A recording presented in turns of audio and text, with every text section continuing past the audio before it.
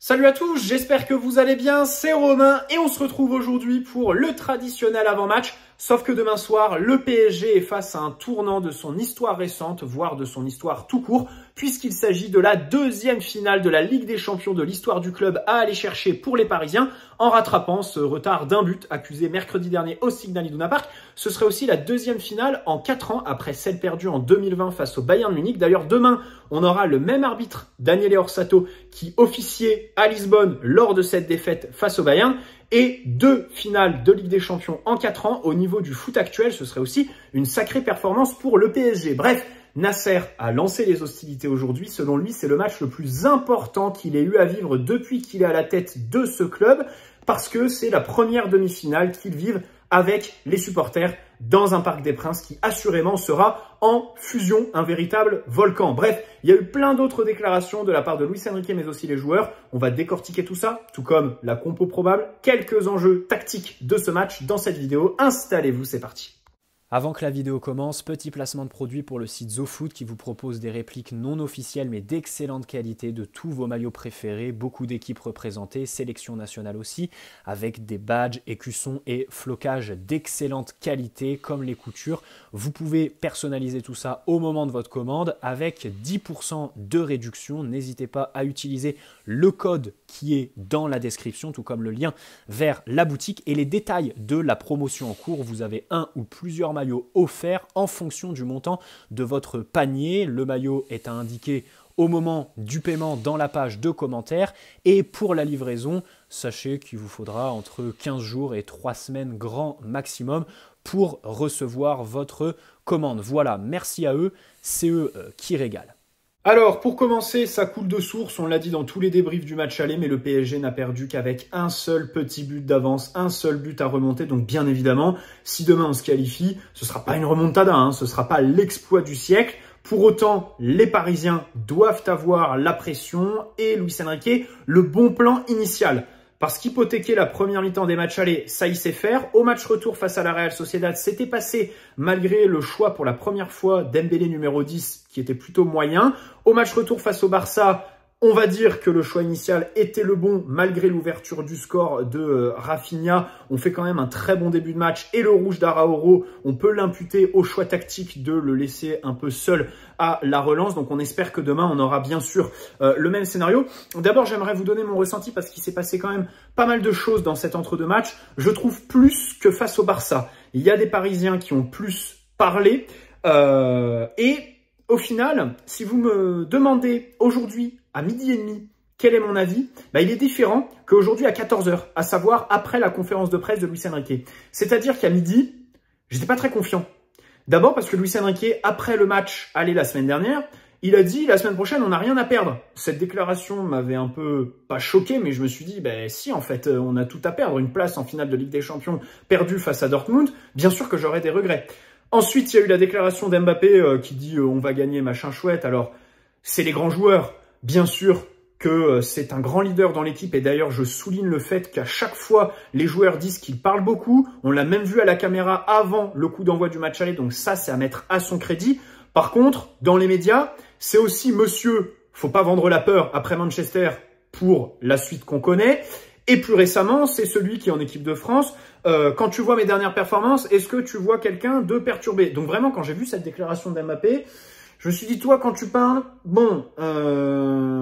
souvent, l'avenir très proche te donne pas forcément raison. Donc c'est vrai que j'étais pas très confiant. En plus, ce matin, il y a eu une manigance des médias. Les gars, Instant Média. Ça fait longtemps qu'on les a pas tabassés. Et j'ai besoin de ma petite dose, j'ai besoin de m'en mettre dans les veines. Pourquoi? Parce qu'ils ont fait fuiter que les Ultras négocient avec le club un envahissement de terrain sécurisé en cas de qualification en finale. Le seul point positif, c'est que du coup, s'il y a finale, ça se fasse plutôt correctement et que ceux qui seront ailleurs dans le stade soient rassurés en lisant ça au préalable au moment d'envahir le terrain, du coup, qu'ils se disent pas « putain, ça va être sauvage et tout ça ». Mais que, du coup, ça fasse pas de mouvement de foule ou de machin chouette. Mais sinon, pour le reste, cette information m'a dégoûté. M'a dégoûté déjà parce qu'un envahissement de terrain sur l'info en elle-même, ça se prépare pas, ça se fait de manière spontanée. Et puis, les médias qui relayent ça, quel intérêt ils ont à le faire? À part nous spoiler, ce qui est préparé avec le club, Et surtout, si on se fait éliminer, jouez contre nous, parce que ces informations vont ressortir quand on se fera vanner sur les réseaux sociaux. Donc vraiment, je ne comprends pas les médias comme RMC qui vont à chaque fois trop loin, quoi. Parce que c'est RMC qui sort cette information et je vois pas à quoi ça sert, tout simplement. Donc ça m'a un peu saoulé, voilà. On nous apprend aussi que le club veut craquer des fumigènes, ce qui pèterait le sursis qu'on avait pris après les craquages face à Milan le 25 octobre. Donc les ultras s'en branlent, hein, puisque du coup il serait applicable la saison prochaine. On aurait un huis clos sur les phases de poule. Enfin, ça s'appelle plus comme ça, je sais plus comment ça s'appelle dans la nouvelle formule. Donc voilà, demain normalement on aura des fumigènes. Et aussi, les ultras négocieraient pour qu'il y en ait quelques centaines qui aillent en tribune Boulogne pour avoir un Parc des Princes un peu homogène en matière de chant. Alors, encore une fois, des informations qui nous spoilent, c'est triste parce que, en fait, il manque juste une chose, c'est la photo du tifo. Voilà, c'est tout. Là, aujourd'hui, on sait tout ce qui va se passer. Donc, c'est vraiment très dommage. J'en veux aux médias pour ça. Et pour l'information sur les supporters Boulogne, bon, Nasser aussi, il y a une part d'hypocrisie dans le sens où toute l'année, les mecs sont interdits de se lever à Boulogne, de chanter machin pour faire plaisir aux touristes. Là, on les met pour l'occasion, c'est un peu hypocrite. Et puis surtout, Nasser qui nous dit aussi de son côté, hein, parce que quand on en met dans les médias, il faut aussi remettre à Nasser, on va se détendre un peu, qui nous dit oui, il faut que le Parc des Princes soit en feu. Mais de l'autre côté, sur Ticketplay, les passes, elles sont à 1000 €. Donc, j'espère qu'en Borély, qu'en Paris, bah les mecs, ce sera pas... des proutes quoi, qui seront là avec leur chemise, leur Rolex et machin, parce qu'une place à 1000 €, bon, voilà, c'est sûr que c'est pas celui qui achète sa place à 30 € pour se mettre des pintes de bière et hurler dans le stade. Bon, pour moi, le foot, c'est ça, mais bon, j'espère qu'il y en a qui payent 500, 800 € pour hurler et que le stade sera à fond demain. Pareil, on nous dit qu'il y aura des t-shirts qui seront distribués, enfin, on sait tout, quoi. Voilà, il y aura des t-shirts, des machins pour l'entrée des joueurs. Bref, cataclysmique. Et puis, est donc venue cette conférence de presse qui m'a mis en confiance. D'abord Marquinhos, ça a duré longtemps, Marquinhos, il a bien parlé, j'ai bien aimé. Et puis Luis Enrique, que j'ai encore plus apprécié. Notamment la déclaration quand il y a un Espagnol qui lui dit « Qu'est-ce qui va se passer si demain vous êtes éliminé ?» Bah, il dit « On se lèvera le lendemain, bien sûr, dégoûté, mais on sera motivé à revenir l'année prochaine pour aller en finale cette fois. » Il fera beau sur Paris, c'est toujours merveilleux quand il fait beau dans cette ville, j'ai bien aimé parce que ça c'est la vérité les gars, la meilleure ville du monde en été, hein, Paris en août, voilà ça c'est exceptionnel, seuls les Parisiens le savent, quand tout le monde part en vacances, hop, tu restes et tu profites les soirs, c'est exceptionnel.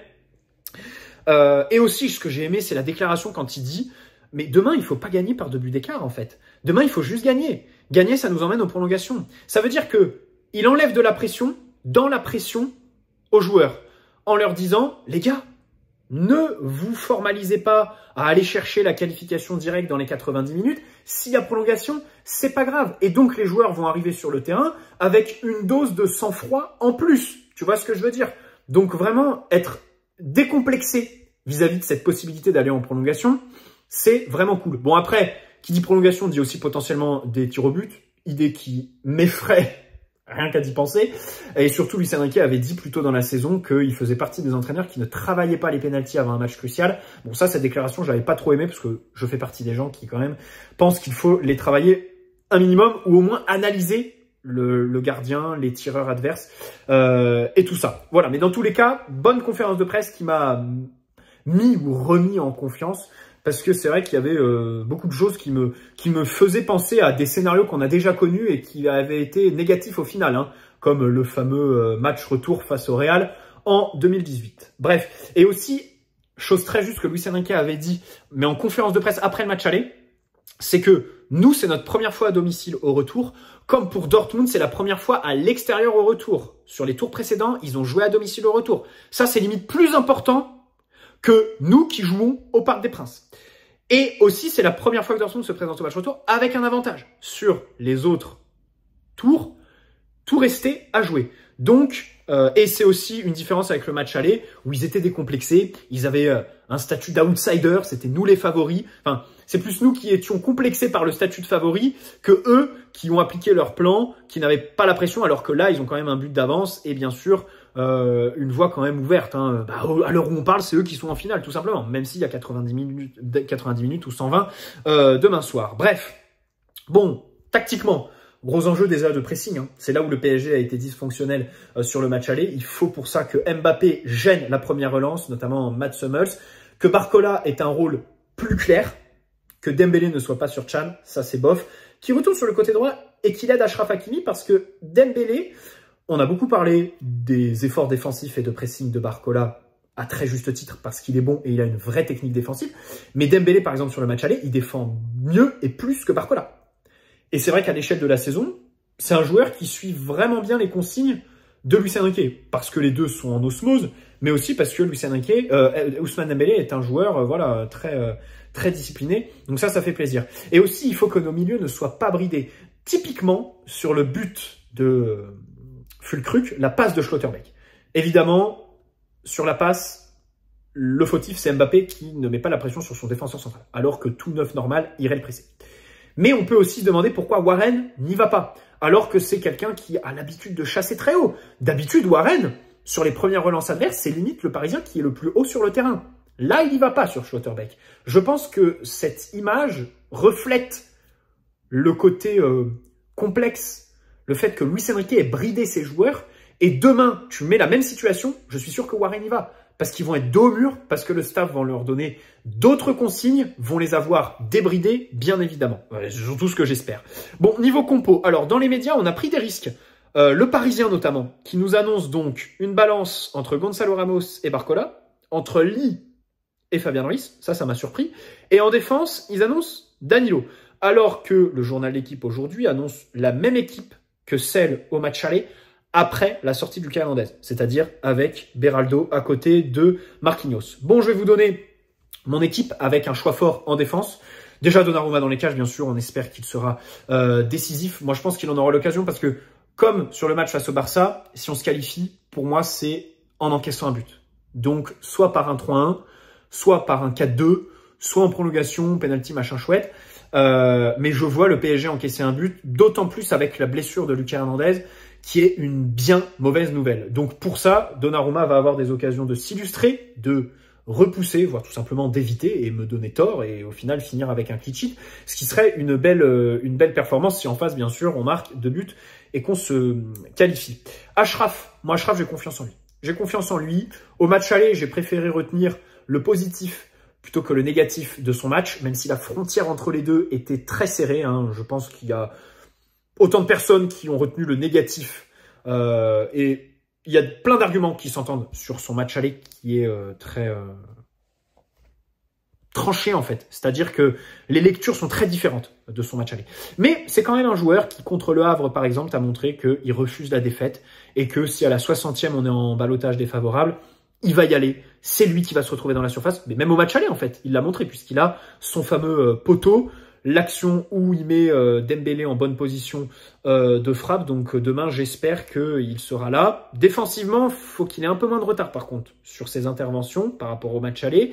Et offensivement, je le veux dans l'axe, pas sur le côté. Parce que dans l'axe, déjà, il peut faire des appels qui vont fixer les défenseurs centraux, très important. Dans des appels aussi entre le central et le latéral qui peuvent faire mal à Dortmund. Et surtout, ça lui permettrait de recevoir le ballon lancé. Alors qu'en collant la ligne, il reçoit le ballon arrêté, il est obligé un peu de partir en dribble et tout ça, ce qui n'est absolument pas sa caractéristique. Pour faire ça, allons de l'autre côté avec Nuno, bien évidemment. Voilà. Marquinhos, j'ai confiance en lui. Pour défendre dans sa surface, bien évidemment. Le jeu long, où il s'illustre ces derniers temps, notamment son centre en une touche sur Fabian Ruiz au match aller. Il a retrouvé beaucoup de couleurs, donc ça fait très plaisir, voilà. Et demain, on sera au Parc des Princes. Je lui souhaite par-dessus tout un but, voilà, pour parachever cette belle campagne qu'il est en train de nous pondre et qui est limite surprenante parce que ça faisait bien 2 ans que ses prestations étaient insipides, même au plus haut niveau européen. Donc là, ça fait très plaisir. Un petit but sur corner, sur coup franc de la tête pour retrouver un petit peu le Marquinhos de 2020-2021.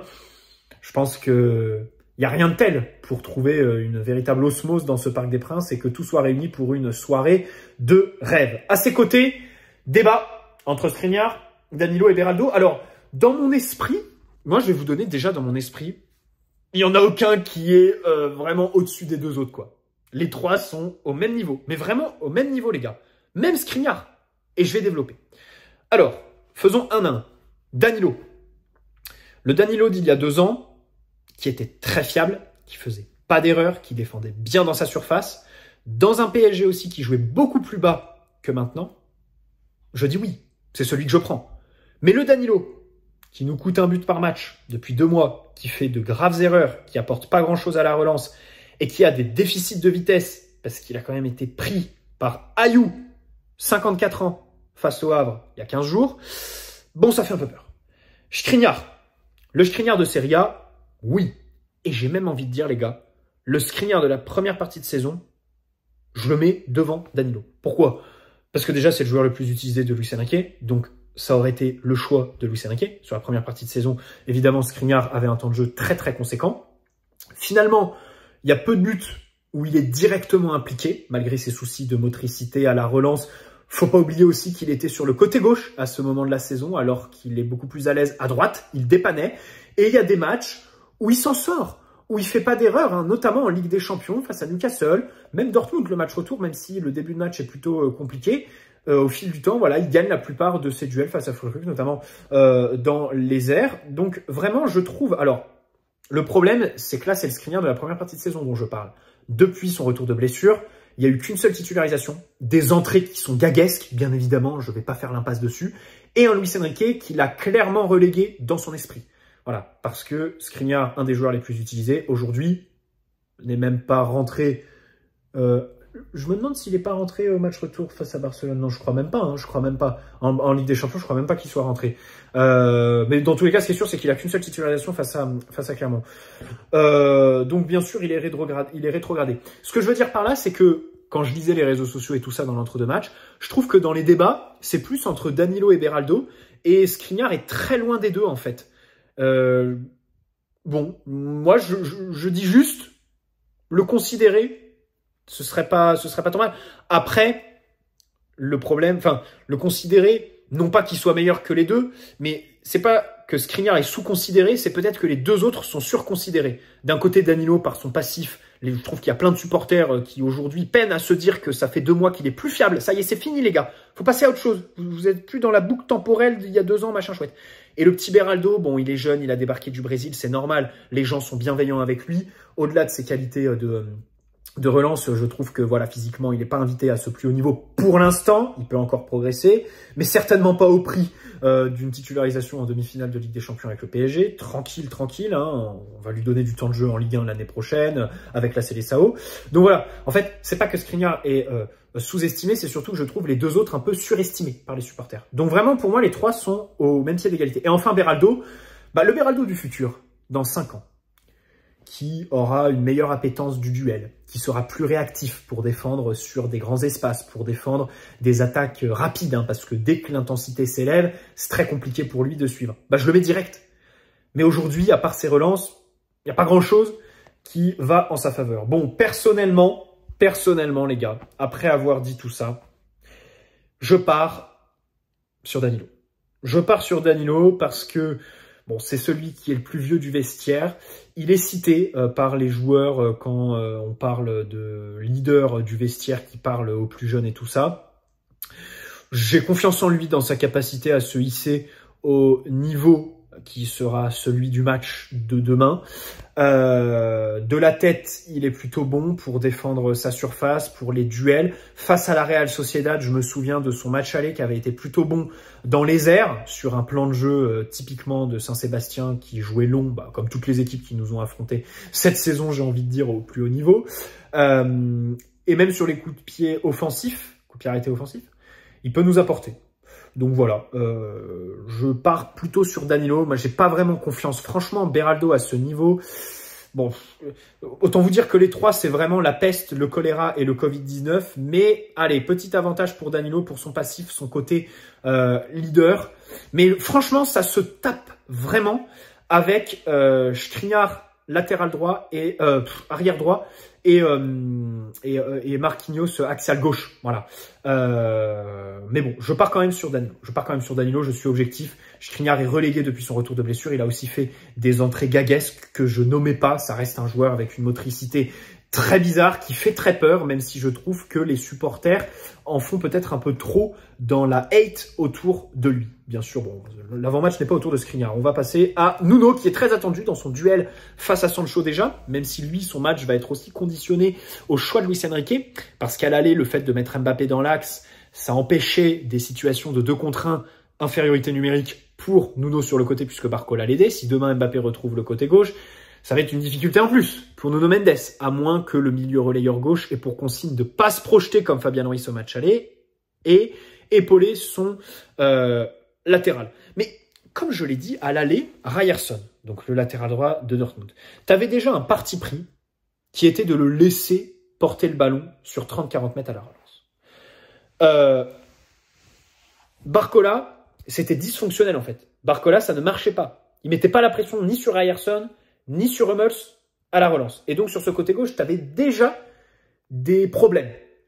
Donc, c'est-à-dire que demain, ce que je viens de dire va un peu dans le sens d'une titularisation d'Mbappé ailier gauche. Si au match aller, tu as mis Barcola à ce poste, mais que Ryerson, le latéral droit, qui est censé être le vis-à-vis d'un ailier gauche, était libre, pourquoi tu mets pas Mbappé, qui fait pas d'effort?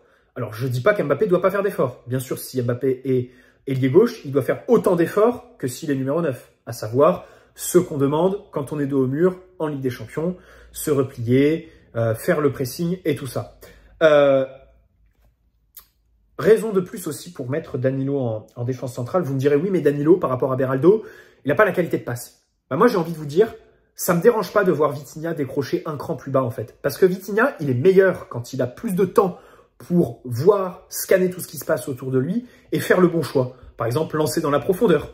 Quand il fait les passes qui déséquilibre, les renversements, la passe pour Hakimi, c'est depuis une position plus basse sur le terrain et après un temps assez conséquent pour prendre l'information, tout simplement. Donc, Vitinha, bien sûr, devant la défense. Warren, j'espère qu'il chassera beaucoup plus haut parce qu'il était bridé au match aller et ça m'a vraiment pas plu. Hein. C'est une de ses qualités d'aller chercher haut. Si tu le brides là-dedans, ça va pas le faire. En plus du fait qu'il était assez excentré sur le côté droit. Il doit participer au pressing. Il doit faire des appels aussi à vide. Voilà, se projeter dans la surface pour apporter du monde. Défensivement, bon, les duels, ça, pas grand-chose à dire. Par contre, avec le ballon, gros enjeu. Il faut qu'il ait de la personnalité et qu'il fasse les passes qu'il faut. Relayeur gauche, comme j'ai dit, le Parisien nous dit qu'il y a une balance entre Ruiz et Lee. Je vois pas en quoi Lee serait meilleur que Fabian Ruiz. Désolé, pour moi, Fabian Ruiz est relayeur gauche demain. Ses remplaçants ne sont pas meilleurs que lui. Ses remplaçants physiquement ne sont pas invités à ce niveau de compétition. Un Lee comme Asensio tire la langue au bout d'une demi-heure, 35 minutes en Ligue des Champions. Vous me direz, Fabian Ruiz, c'est pareil. Mais Fabian Ruiz, il y a les qualités techniques. Et puis surtout, Fabian Ruiz, ben, c'est 12-13 km avalés dans le match finalement. À chaque fois, c'est un des Parisiens, voire le Parisien qui court le plus avec Hakimi quand on prend les feuilles de stats. Je suis désolé, ce sont les stats quand même. Même s'il y a cette impression, et qui est réelle aussi, qu'il a eu un défaut de vitesse. Et bien sûr, Ruiz titulaire, mais attention, Ruiz, c'est pas celui qui se projette dans la surface, comme au match aller. Parce qu'évidemment, il n'a pas la finition. On veut pas de Ruiz. Et même pour lui, ça le dessert. Il faut le laisser dans une zone plus restreinte, pas l'emmener jusqu'au but adverse, parce qu'il perd en lucidité sur la fin des actions. Typiquement, il se grille, il a plus le coffre, et à la fin, voilà, il fait n'importe quoi avec ses pieds, avec sa tête, avec tout ce que tu veux. Donc, je préfère que ce soit Warren qui aille dans la surface plutôt que Fabian. Dembélé, je le mets ailier droit, bien sûr. J'espère qu'il va retrouver sa clairvoyance et sa lucidité dans le jeu, voilà, sa justesse qu'il avait perdue sur les derniers matchs. Alors, pour accompagner, il y a un débat entre Barcola et Ramos. Alors, le débat est très intéressant. Bon, déjà, parce que c'est les deux fusibles les plus faciles à faire sauter. Donc, forcément, le débat est entre les deux. Mais aussi parce que ces deux joueurs, en fait, qui sont capables de rentrer tous les deux au même niveau. C'est-à-dire que Barcola, dans un contexte où le match s'ouvre avec des espaces qui se libèrent, le faire rentrer à la 60e, lui et son dynamisme, c'est une option très crédible. Mais de l'autre côté, Ramos, sur un match où à la 60e, tu dois absolument marquer et que du coup, tu vas balancer des centres dans la boîte pour essayer de forcer le sort et aussi parce que tu vois le chrono passer, tu commences un peu à perdre en lucidité, lui sera là pour reprendre les centres. Donc les deux pour rentrer sont vraiment deux joueurs parfaits. Là-dessus, je ne peux pas les départager. Pour démarrer, par contre, il y a un avantage Barcola. Il y a un avantage Barcola parce que, bon, déjà, meilleure capacité à se connecter avec ses partenaires par ses contrôles, ses passes, ses capacités aussi à être autosuffisant, à faire des différences tout seul. Gonzalo n'en fait pas, Barcola en fait. Barcola est plus vif au pressing aussi, même si Ramos l'est tout aussi intéressant dans les efforts défensifs. Et aussi, il y a un avantage pour Ramos, peut-être qui démarque Barcola, pour rentrer, pardon, j'oubliais ça, c'est les pénaltys. Je préfère Barcola qui débute, Ramos qui entre, et on va au pénalty, on fait tirer Ramos plutôt que de faire tirer Barcola. Parce que Ramos, il l'a montré contre Rennes. Dans tous les cas, Barcola, s'il est titulaire, il sortira et il ne tirera pas les pénaltys. Barcola ne jouera probablement pas 120 minutes. Luis Enrique fera des changements et ce sera le premier à sortir sur la ligne d'attaque, Barcola. Donc je préfère avoir Ramos qui rentre, puisque de l'autre côté, si tu mets Ramos titulaire, tu le ferais sortir aussi automatiquement. Enfin, il jouerait pas 120 minutes, je pense pas, et même physiquement, peut-être qu'il ne le tiendrait pas tout simplement. Et du coup, le faire sortir, ce serait se priver d'un bon tireur de pénalty. Donc voilà, je préfère Ramos sur le banc, Barcola qui débute, et donc Ramos en cas de séance de péno. Et puis bien sûr Mbappé donc en pointe du coup sur le papier. Bien sûr, il faut qu'il soit intelligent hein, en fonction de la lecture du match, qu'il fasse les mouvements adéquats. Et c'est son dernier match au Parc des Princes en Ligue des Champions. Donc bien sûr, on souhaite une seule option, une issue qui serait positive, bien évidemment. Comme j'ai dit en intro, Daniele Orsato sifflé, un arbitre très reconnu. Voilà, l'UEFA bien sûr veulent que demain il n'y ait aucun risque, pas de problème d'arbitrage. Très bien. Alors il n'y a pas grand chose à en dire hein, parce qu'il nous a arbitré 8 fois, 4 victoires, 4 nuls. Peut-être du côté de Dortmund, ils les ont arbitrés 4 fois, 3 défaites, 1 victoire. Alors après la victoire, c'était dans le match le plus récent qu'il ait arbitré pour eux, c'était celle face au PSV Eindhoven, donc en 8e de finale. Bref, bonne soirée à tous, allez Paris demain, profitez avant tout, ça va être 90 minutes de pure folie, on a tellement attendu, j'ai tellement hâte. Bon les gars, j'ai pas craqué, hein. J'ai pas balancé 500 € dans une place pour le Parc des Princes. Il y a encore moyen que je le fasse, mais la tendance est négative, les gars. Information Fabrice Hawkins, la tendance est négative. Normalement, je ne serai pas au Parc des Princes demain. Voilà, les gars. J'espère que vous y serez, que vous vous régalerez. Et bien sûr que le PSG se qualifiera. On se retrouvera pour le débrief. Ciao, les amis. Prenez soin de vous.